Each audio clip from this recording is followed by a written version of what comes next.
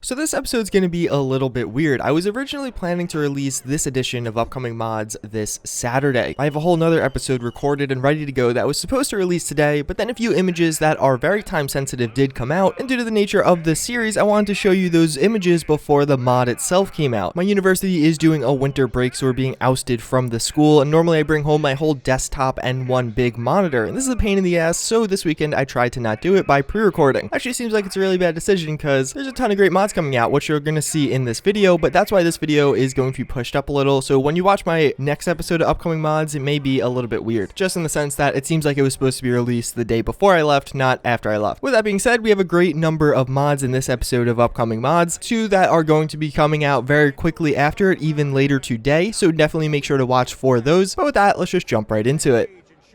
So the first of the mods I do want to show you this week is Eleanor's Armour Compendium. What this is going to be is a massive armor collection from Eleanor. She's made a ton of armor mods in the past, as well as a number of the best housing mods for both Fallout 4 and Skyrim. As you can see from these images, it is looking very nice. It seems like this is going to have a ton of different accessories. I believe she did say 20 accessories and 49 different pieces of armor or clothing. That's a lot of content for a singular mod. This is another one that is probably going to be dropping today, hence me wanting to put this video out, because I'm not going to otherwise be able to cover this till Wednesday. So even right now, as this video is out, go check the Nexus, go check Bethesda.net. This may have released already, although she did say it should be coming out late today, so I wouldn't get your hopes up unless it is later in the day. Regardless, this is looking very promising. I did cover this in the past, and it was something I was very hyped for because this is something we just don't really have much of in Fallout 4, that being large armor packs. We only have one, but that's by Lord of War. Eleanor again has made some really high quality armor packs in the past, and I don't think this is going to be an exception to that rule. So then next up, we do have a work in progress video of the L85A1. This is done by Hitman, and this is a pretty monumental moment. I remember when Fallout 4 animations were just coming out, and now we're even getting some of the more unique types of animations, that being pump action, and here this will be our second pair of bulb up animations, basically the magazine being reloaded behind the trigger. The L85 is a personal favorite weapon of mine. It was actually my first big purchase in life, not an actual L85, but an airsoft version. Back in my younger days when I did go airsofting, I saved up for a long time to buy one of these guys. So I'm definitely going to be excited for this mod. It's a very cool weapon, and I definitely think the sounds are pretty on point in this one. That being the sounds of the animation itself, Hitman does say that the textures are not quite ready, so don't kind of judge this as a final product. Regardless, again, this gun is looking very promising. This is one I'm personally extremely excited for, so hopefully you are too.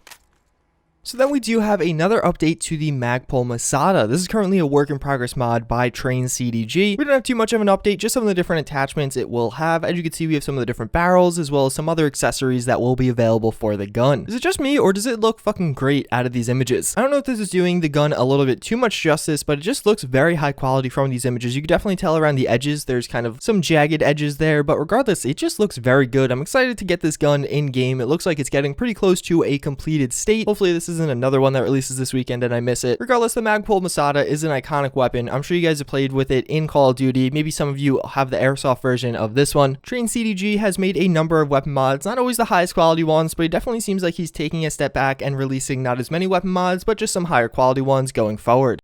So then we do have what looks like a final update to remote explosives. That seems like the official name of Fading Signal C4 mod. This is the other mod that's pretty time sensitive. It's probably going to be out either later today or tomorrow, so make sure to check around after this video comes out and Friday. We got a ton of new details on the mod, as well as some new images detailing some of the other explosive types we will have. As you can see, we'll have the normal C4 and then a plasma charge as well as improvised explosives. One of the big things he does mention in this is he actually made his own system, because it wasn't available in the base game, to reverse pickpocket these explosives. So if you guys remember, in previous Fallout games, you could like reverse pickpocket a grenade into somebody and then they would blow up. And it was always quite a bit of fun and just pretty interesting to do. So Fading Signal made his own system so you could do it here as well. The big difference being is these aren't a timed explosive. You could follow this guy around for 10 minutes if you want and then pull the trigger on the detonator and suddenly he will explode when you want him to. That could be very useful and just a really cool tactic that I'm excited to see people take advantage of. This mod is definitely very unique, as with many of Fading Signal's mods, and I'm honestly very hyped for this one. So last but not least, we have another update to the tribal power armor. This is some of the first screenshots of the helmet that is going to go along with it, which does look really nice. The armor as a full set is just looking quite cool. This is one of the armors that did appear in Fallout 3 through one of the DLCs. So now with a brand new power armor system, Sovereign Walrus is adding this iconic armor back into Fallout 4 to kind of experience it on modern day technologies. As you can see by these screenshots and the ones I've shown you previously, this armor is looking very cool. He's made a number of really high quality power armors in the past, and I'm not really worried about this armor smart in that sense. On top of that, he actually says he is planning to add a weapon to go along with this armor. That's something he's also done in the past, and I really praise him for. I think that's very cool. It just makes it feel like more of a complete set. I don't think we have any details on what weapon he is going to add, but I'll definitely keep you guys updated on that one. That's pretty much going to wrap it up for this episode of upcoming mods. Again, this is actually the last video you will see from me that isn't pre-recorded, because again, I'm going home. I explained that in the intro. Regardless, as always, thank you guys for watching. Let me know in the comments down below which of these was your favorite. I don't know, either remote explosives or the L85. Like I said, I really like L85s. That's probably my favorite assault rifle or kind of just weapon in general. I thank you for watching again, and I hope to see you all next time. Later.